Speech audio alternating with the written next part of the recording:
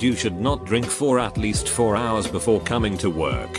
When engineers got called about production problems over the weekend, they all just had a beer but could be there in about 4 or 5 hours. Weekend rule, no matter the time of day. Always answer your barracks room door with a beer in your hand. In my dorm, if you did something that triggered the smoke fire alarm, you had to do a safety presentation for everyone on your floor. This was intended to deter pranksters from pulling the alarm. A guy on our floor was making grilled cheese in the kitchenette and burned it, which legitimately triggered the fire alarm.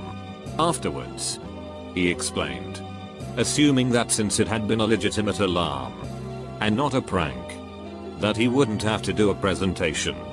He was, of course, wrong. So, the next Wednesday night, the entire floor assembled, and we were treated to a 30-minute safety presentation on the dangers of grilled cheese sandwiches. It contained literally nothing about fire safety. It was all choking hazards and cholesterol. Our was furious. But the student pointed out that the write-up that he'd been given just said safety presentation. We didn't get any more presentations after that. If you violated the dress code policy, you had to wear these really big grey sweat pants or sweatshirts that said DCV in big orange letters. Dress code violation. It became a thing to get caught because they were apparently really comfortable. When the admin finally caught on that people were trying to get them on purpose, they changed it so that you got in school suspension. Jokes on them for that too. Lots of kids preferred that over being in class. Well, it wasn't a school-wide policy, but I had a super itchy French teacher who would constantly hand out detentions for things as inconsequential as walking to the trash can to throw away a piece of paper. She absolutely could not deal with the fact that we periodically might need to actually leave our chairs for a perfectly valid reason. One day she locked herself out of the classroom and nobody would let her back in. Sorry. We aren't allowed to get out of our seats. She had to get the janitor. Lol. There was rule they put in place my freshman year of high school, that if you arrived late, that is, after first bell, you couldn't park in the parking lot.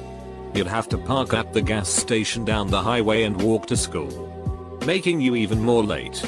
It stopped after 20 or so people intentionally showed up late to school and made a mass exodus along the highway, on top of a lot of parents itching. My school banned all gonads over a couple of inches in diameter because someone kicked a football through a window during lunch.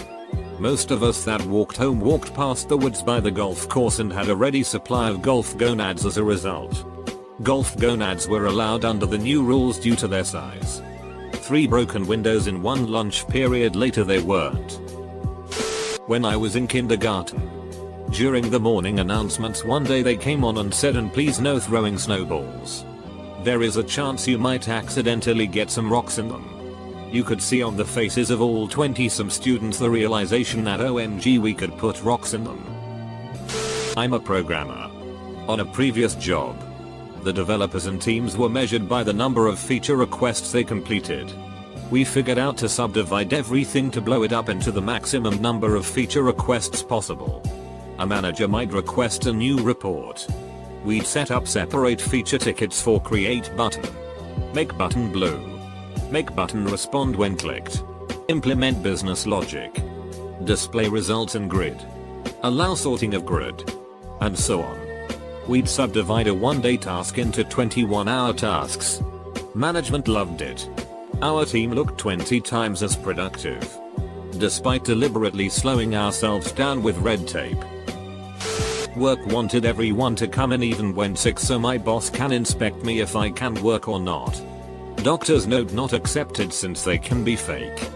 Vomited on his desk over important papers. No regrets. I went to a private school for elementary, where uniforms were strict. If you didn't wear a belt you'd go to the principal's office and he would make you use a shoestring.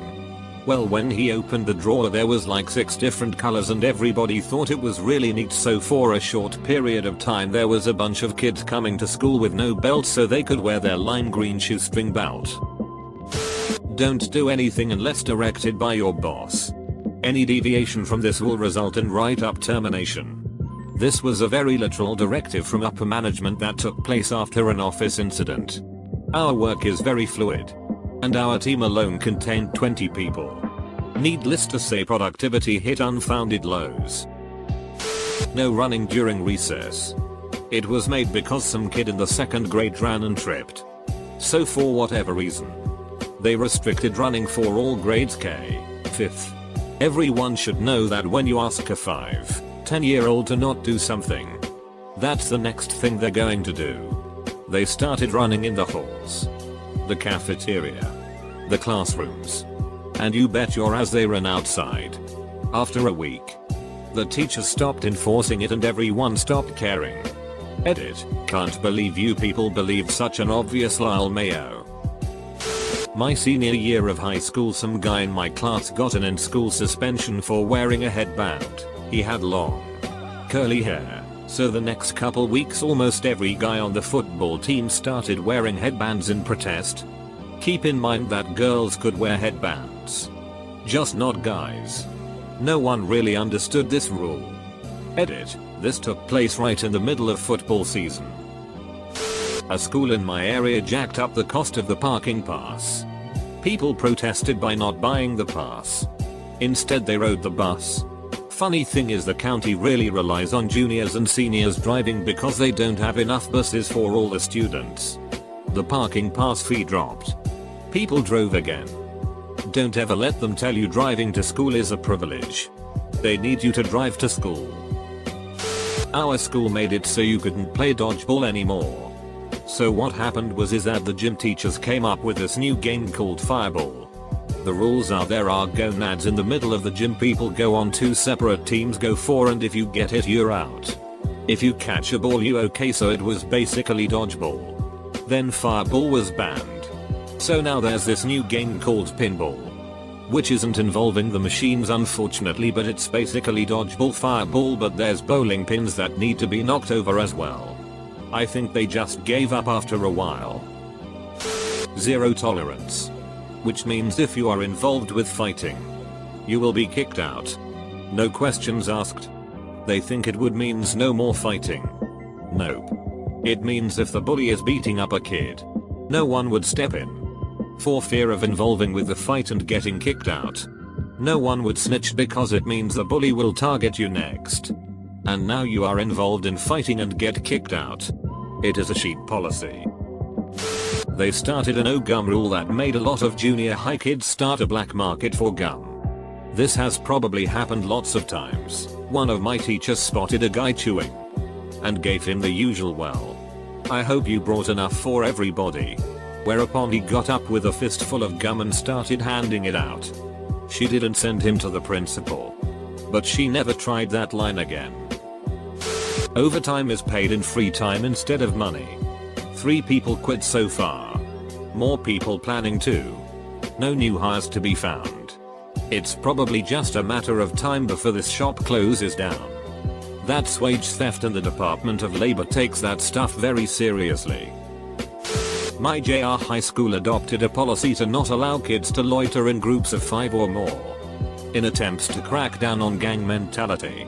This was freaking JR high. Anyway, me and my group of misfits, 6 of us, were always hanging out during free times. And the principal eventually stopped us and asked us to separate. I had to casually explain to him that were we not a group of 6, but 2 groups of 3 that were intermingling. People caught wind and that rule was basically dead. That was one of the few times I had to explain to my father why he was called into the principal's office with me. My high school made students wear these neon t-shirts that read "dress code violator" if their outfit didn't adhere to the school's policy. They became so popular the school began selling them 1 week later. We implemented the buddy bench for lonely people to sit on and make friends. It was pretty damn expensive and nicely decorated. Someone stole it. High school took all the stall doors off the boys' bathrooms because of graffiti or something. So I started pooping in the bathroom near the office. After a couple of times of the superintendent coming in while I was doing that, all the doors were put back on. My high school attempted to ban trip pants and the like. However, due to hilariously overlooked typo, the student handbook that got sent to students and parents just said students may not wear pants. We had a good laugh and it made the local news. Unfortunately, this does show the quality of high school I went to. Wasn't ready for college, haha. Not sure if it was exactly a rule, but my middle school once encouraged kids to not touch each other at all to reduce physical harassment cases. Even friendly gestures among friends. All that did was get the kids running around touching each other around campus for about a month and a half, screaming physical harassment as they did so. To add insult to injury, they did it twice as often in front of the admin who made the presentation about it. If you return a library book late, your parents would have to return it and explain why it's late. It worked about as well as you would think. The rule lasted a few months before they figured it wasn't worth the cost of replacing all the books. This was actually in the news a couple of months ago. We had a really hot summer last year, and the boys at my little brother's secondary school were mad that they couldn't wear shorts but the girls could wear skirts. The junior leadership team brought it up at a meeting, and the head teacher jokingly went, "Alright, if the boys want to wear skirts, then let them." A group of boys went to school wearing skirts the next day. Then it wasn't just a group of them. I've told this story before, but my high school tried to crack down on people wearing their ties too short, as was the fashion. It got to the stage where anything except completely pristine uniforms would get you a detention, which, coming up to exam season, was one more thing we didn't want to deal with. In protest at what was widely seen as a ridiculous rule, ties started getting longer and longer, 1 foot, 2 feet, 2.5 feet, as long as people could get them. It culminated in one girl sewing two ties together into a 5-foot beast that trailed on the floor as she walked, and resulted in the deputy head having a screaming fit one day about how disrespectful we all were to the uniform codes. After that, the teachers quietly gave up on the new hardline approach to uniforms, and everything went back to normal. Our school has this day where you can wear pajamas to school but have to pay $1 to do it. Everyone started wearing pajamas to class anyway, saying it's what they normally wear, and didn't pay.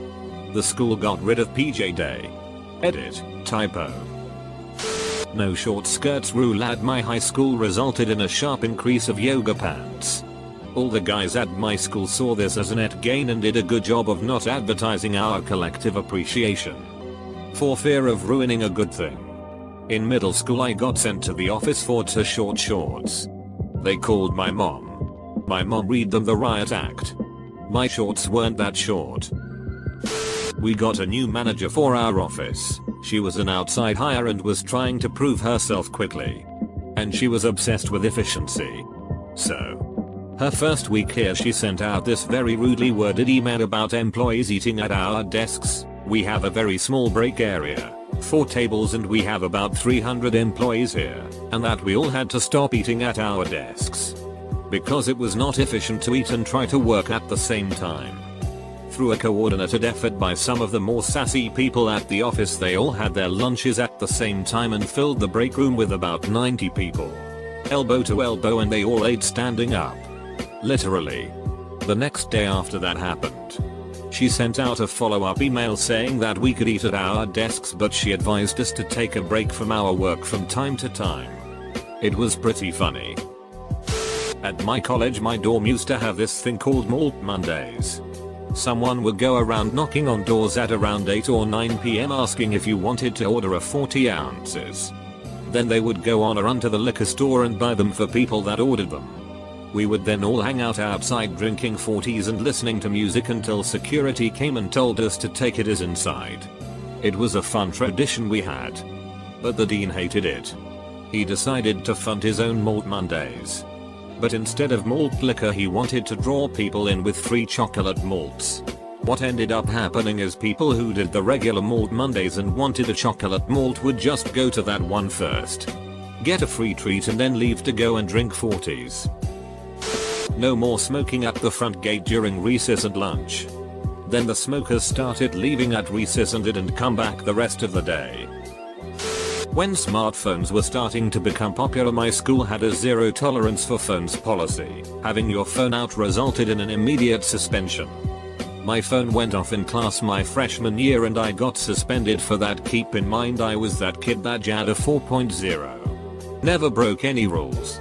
Never even got a detention. And that was the thing that got me suspended. The school eventually removed the policy because more kids were getting suspended and I'm sure that made the school look bad. Not school, but work. My work just recently tried to implement a new attendance policy that didn't last 24 hours. They changed it so that after 2 unexcused absences in a year you were fired. An unexcused absence is any absence or tardiness. I think you were allowed 4 tardies when you didn't give your boss more than 24 hours notice. The school was so hopelessly obsessed with league table standings that any kids getting A grades were untouchable. They made the school look good, so they could treat who they liked how they liked. Bullying skyrocketed. The school's reputation plummeted. Attendance dropped.